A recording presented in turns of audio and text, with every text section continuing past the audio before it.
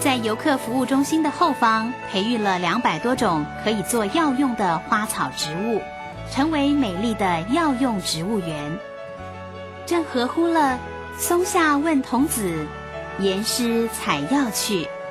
只在此山中，云深不知处的诗情画意。在园中，您也许感到惊讶，能认识到这么多具有药效的花草植物。穿过服务中心前的花园广场，来到植物园区。园内多年来种植了120多种本土和外来的树种，一年四季各色花朵纷纷绽放，从林冠到树干、树根，形成动植物互生互利的生态系。各种昆虫生活其中，配上蝉鸣鸟唱，真是绿林中最佳的自然教室。大家也可以在这儿交换自然观察的学习心得。知本山庄前栽植了一群珍贵而稀有的台东苏铁，它们是特有的史前古老决遗植物，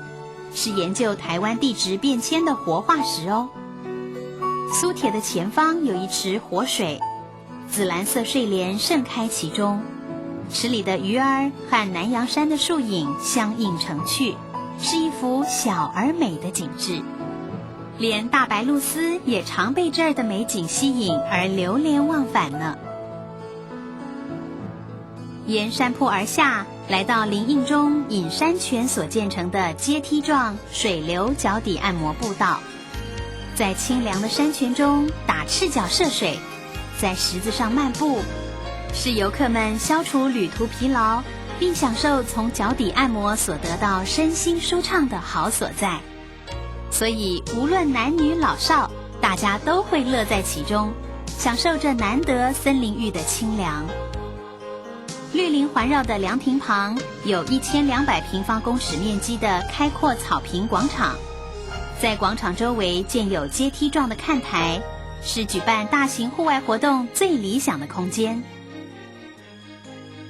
沿着水流脚底按摩步道流下的山泉水，顺着山坡建设了深具水土保持教育意义的集水治理区户外示范教室，